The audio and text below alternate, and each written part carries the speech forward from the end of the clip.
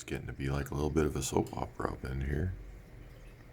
Of course, the tank boss was pulled, but Little Red, I'm going to call him Little Red now, seems to be taking up the post. I think the other fish just maybe think that one's Big Red. Asians tend to be a little more aggressive, so it's not surprised. This big girl's coming out now. With Big Red in the tank, he always gives her a hard time. I don't know why he gives her a hard time. He just keeps her down. And now she's starting to dance, and it looks like she's taking an interest to this explosion guy here. But he's too young.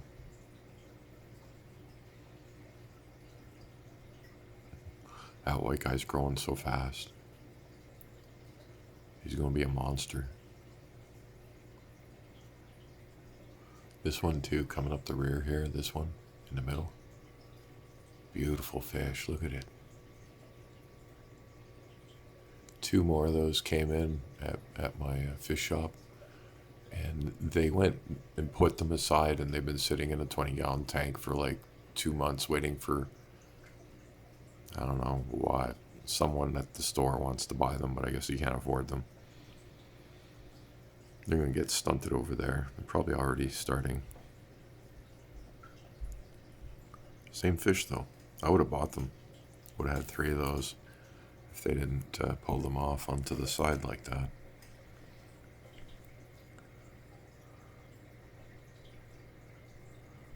Hopefully they found their way into a big enough tank by now, because it's kind of a shame.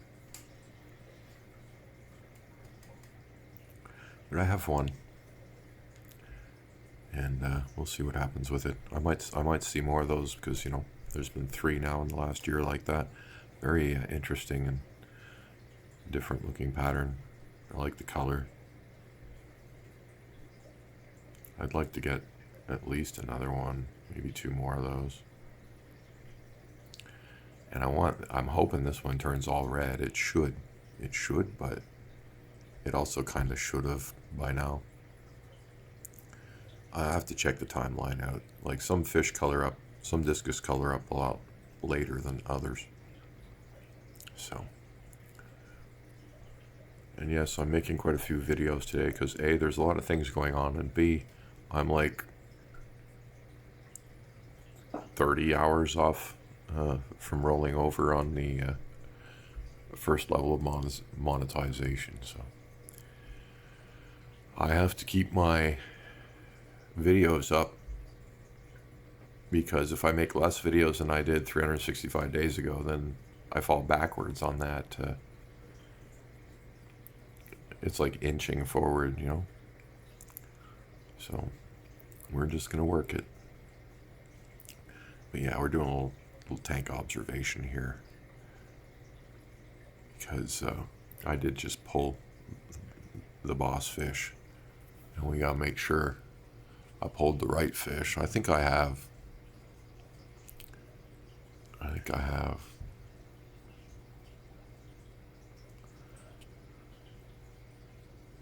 See, she's going to get confident now, and she's full of eggs. She's really good to go, but she's just been timid for a while, so eventually she'll get over her grief, I'm sure.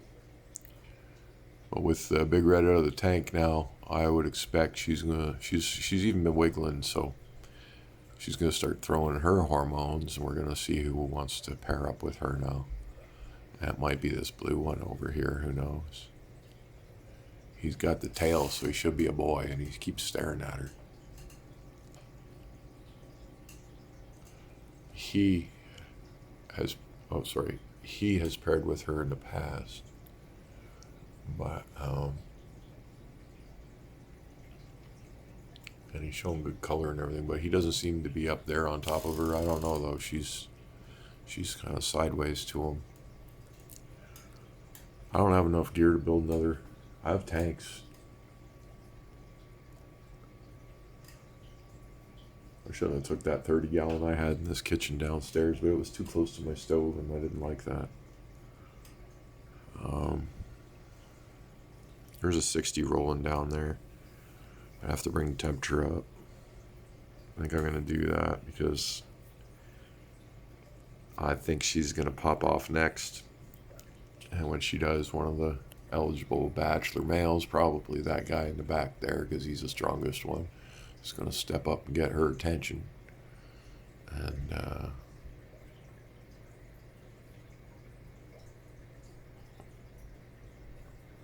yeah, she's chasing. See, that one's probably a female. She's going to maybe take up tank boss.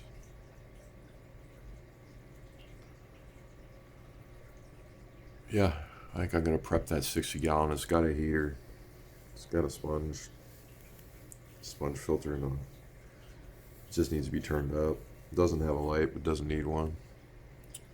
I'll turn it up and I'll 50% water change it because she's just puffed right out. She's going to go soon too. I need another tank. She's shy. Put her in a 60 gallon. Be easier to look after her. Be a little harder to water change down there though, because I don't have a pre-treated setup down there. I'll have to work on that too. Yeah, I don't know what I'm going to do here. I think I'm going to have to start working all night building a new stand. Let's go discuss it. Now I have these two tanks. I'm thinking they're both 30 gallons. One's tall and one's long. This one's drilled. And I had worked out with this stuff here somehow. I had a plan to get this stuff installed in a manner that I can make an overflow, glue that in, run this pipe through this, run this pipe through this, and basically then the tube would run down the side here. So what I want to do with this, I think, is I've been thinking, in my head about what I've been dealing with, and to make sort of a water change system that would not interrupt the breeding pair. I can put one breeding pair in there, or I could put a divider up the middle and put two pairs in there, which might be what happens. And then I drop the babies after they're big enough into the 60 below. What I mean by the 60 below is, let's go have a look. So here we have this tank, this stand. I don't have a hell of a lot of wood, but I might have enough to pull this off if I build it into that stand. What I need to do is I need to build a shelf that comes up here. Now this tank is considerably wider, but I'll still have to come up a little bit taller so I can get this lid open. And I can't go too tall because I got ceiling problems here. And the tank's barely going to make it in there. So I might have to come off to the side a bit so I don't hit this, offset the tank. Which means I put the pipes down this side. And yeah, I think it's the same length as this though. So it would really just be make a short shelf and send it all the way back as close to the wall as I can. And then that way I should still be able to open this front door, because it's more narrow than this tank, than the lower tank. Then I'll have a tank right here where that monitor is. I'll move it, run it across the back, and then I just need to fix up some manner of sump to slowly send water up from here into there. I do my water changes down here. I don't disturb the breeding pair up there. And then I'll continuously circle this water through this tank as well, in a fashion that doesn't endanger the fry. That's what I think I'm going to do. That's going to be my my supercharged breeding station. I gotta muster up wood, tools, screws. I don't even think I have enough screws, but I'm gonna start digging around the house, and I'm gonna see what I can do about this. I'm probably gonna have to drain that tank too, in case something goes wrong. I have some manner of a collapse. I don't want 1,000 pounds of water falling on me. I'd be 700 pounds plus the tank, so I might as well call it 1,000. But yeah, I gotta build legs up the side, each side. I'm gonna screw them into, and ruin probably this by doing it, but who gives a shit? I'm gonna screw them into there so that this base is, they're gonna go right to the floor, but they're gonna screw into this.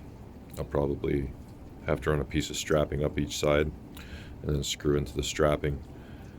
Do the same thing on the floor, make them come right down into the floor.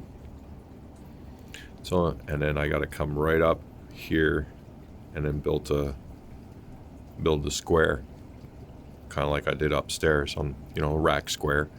That's the dimensions exactly of the 30 gallon, which should be exactly as long as this tank, I believe. I'll double check that. And then we'll have it back set and across.